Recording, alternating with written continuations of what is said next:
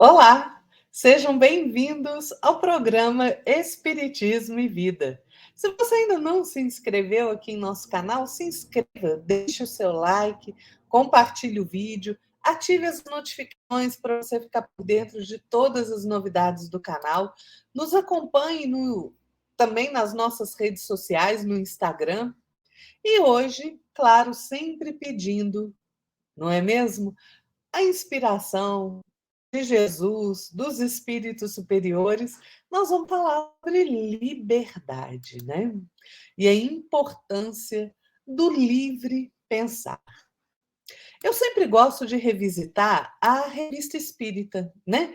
Que foi um periódico espírita francês, editado por Allan Kardec, de 1858 a 1869, né?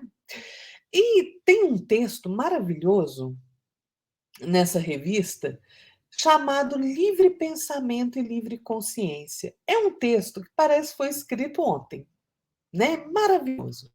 Allan Kardec vai nos explicar os dois tipos de livres pensadores, né? Os incrédulos, que são aqueles para quem ser livre pensador não é apenas crer no que se quer, mas é não crer em nada, né? É libertar-se de todo fio, mesmo do temor de Deus e do futuro, diz Kardec. E os crentes, né? Para quem ser livre pensador é subordinar a crença à razão e libertar-se do jugo da fé cega. É muito interessante, não é?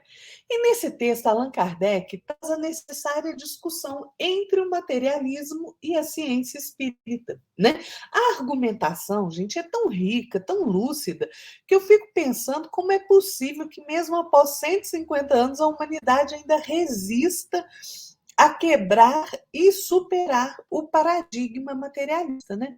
A época em que foi escrito, alguns questionavam o espiritismo, né, utilizando os argumentos de que Deus não pode ser demonstrado por uma equação algébrica, né, e a alma não é perceptível com auxílio de algum reativo. Então, assim, é um absurdo crer em Deus e na alma, né, no espírito. Ou seja, se você quer ser discípulo da ciência, você obrigatoriamente deve ser ateu e materialista, né? Só que, se tal argumentação conseguisse sustentar o crivo da verdade, né? Como é que a gente explica, então, que a ciência não é infalível?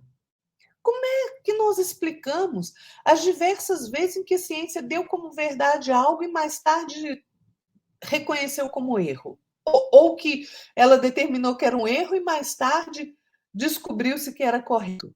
Né? Será que a ciência pode se arvorar em se dizer detentor de todas as verdades? Né? Sabedora de todas as leis da natureza? De saber utilizar todos os recursos das leis que já são conhecidas? Ora, né? Se hoje os homens já sabem muito mais do que os homens dos tempos primitivos, como estabelecer limites absolutos àquilo que se pode saber? Como afirmar categoricamente que não existe continuidade da vida após o desenlace da carne, após a morte do corpo físico? Essa hipótese de vida após a morte tornou-se realidade com o Espiritismo. Né? É graças ao Espiritismo que tanta gente que acreditava que morrer era para sempre, né, que você nunca mais veria seus entes queridos, né, que era o fim irremediável da existência. Hoje, essas mesmas pessoas estão certas de viver para sempre, que a vida não acaba, que se evolui constantemente em vários outros planos de existência. Né? Kardec faz uma interessante analogia com a força gravitacional que rege o nosso universo, né? Desde o grão de areia até os mundos. E Kardec faz o seguinte questionamento sobre a força gravitacional. Quem a viu? Quem a pôde seguir e analisar? Em que consiste? Qual a sua natureza, a sua causa primeira? Ninguém duvida da força gravitacional, não é? E como foi que a reconheceram? Pelos seus efeitos, né? Dos efeitos concluíram a causa. E Kardec conclui a sua analogia exatamente assim: dá-se o mesmo com Deus e a vida espiritual, que também se julga por seus efeitos, conforme o axioma. Todo efeito tem uma causa. Todo efeito inteligente tem uma causa inteligente. O poder da causa inteligente está na razão da grandeza do efeito. É belíssimo o raciocínio de Kardec, né? Ele diz, tem uma frase dele nessa revista espírita que eu adoro, que diz assim: crer em Deus e na vida espiritual é, pois, uma crença puramente gratuita, mas o resultado de observações tão positivas quanto as que fizeram crer na força da gravitação. E aí a gente pensa, né? O que é mais livre? O que é mais independente, né? Menos perceptível por sua própria essência do que o pensamento. Então, percebe como a liberdade de pensamento é essencial à evolução do ser humano? E como estamos correndo riscos inerentes à nossa própria passividade diante dos acontecimentos atuais? Aquele que quer subjugar o pensamento à matéria, né, circunscrevendo as coisas puramente terrenas em nome da razão, será que esse é realmente livre? Ou será a verdadeira liberdade aquela que está naquele que se atira de mente aberta ao infinito e quer ver além do mundo da matéria? Os dois são livres, na verdade, porém, só a corrente materialista é que pretendeu ao longo da história humana circunscrever o pensamento ao estreito limite do tangível, ou seja, você só pode ter liberdade de pensar dentro do círculo que nós traçamos para o pensamento. Se sair desse círculo, nós vamos declarar que não é mais pensamento, é loucura, é tolice, é negacionismo, é contrassenso, né? Porque só a nós, cientistas materialistas, cabe discernir o falso do verdadeiro. Vejam, nós não escutamos esse discurso recentemente? Não estamos escutando esse discurso hoje? O perigo de querer impor suas ideias aos outros, né, de querer ter um monopólio da razão, é tornar-se cerceador da liberdade de pensamento, é tornar-se tirano. E não é isso que a gente tem visto? Uma tentativa enlouquecida de estabelecer um discurso único de perseguição àqueles que não comungam com as mesmas ideias?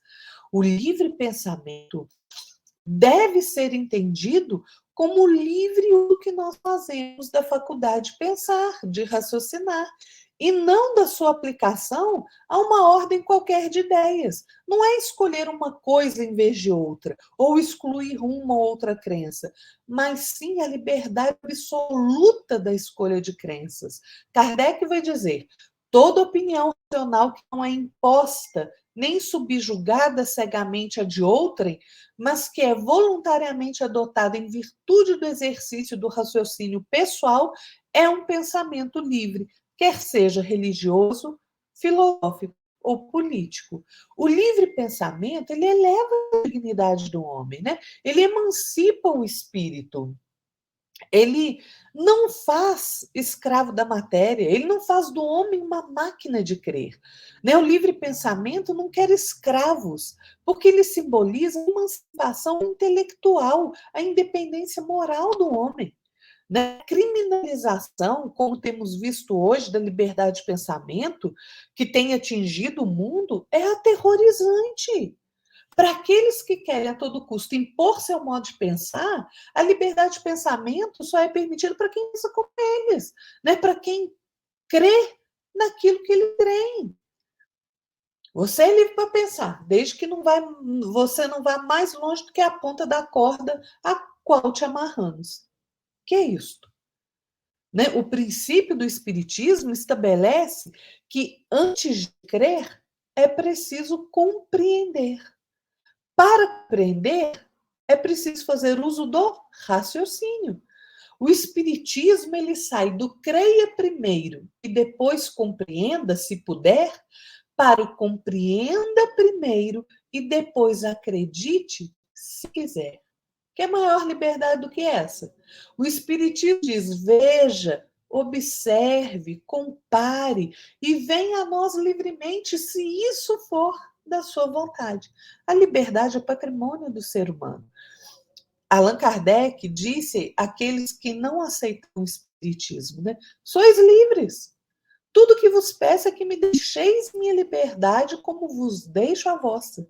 Se procurais me excluir, temendo que vos suplante, é que não estáis muito seguros de vós. Para a gente pensar, né? Então, a liberdade é um bem precioso. Nosso Pai nos concedeu a liberdade de pensar, que significa livre exame das coisas, liberdade de consciência, fé raciocinada. Não nos deixemos ser levados pelo medo e pelo pânico. É o que as trevas e aqueles que a servem querem. Defendemos, sim, a nossa liberdade de pensamento como dignos filhos de Deus que somos.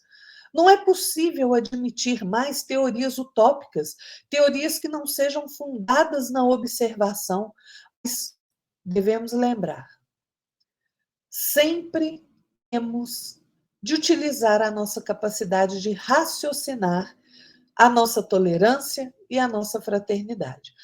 Porque mesmo aqueles que caminham na escuridão do mundo, iludidos pelo poder terreno e pelas ideias sem sentido e que contrariam os ensinamentos de Jesus, são filhos de Deus, como nós. É isso aí, pessoal. Fiquem todos na paz de nosso Senhor Jesus Cristo e utilizem sempre a sua capacidade de raciocinar como livres pensadores. Até mais. Tchau.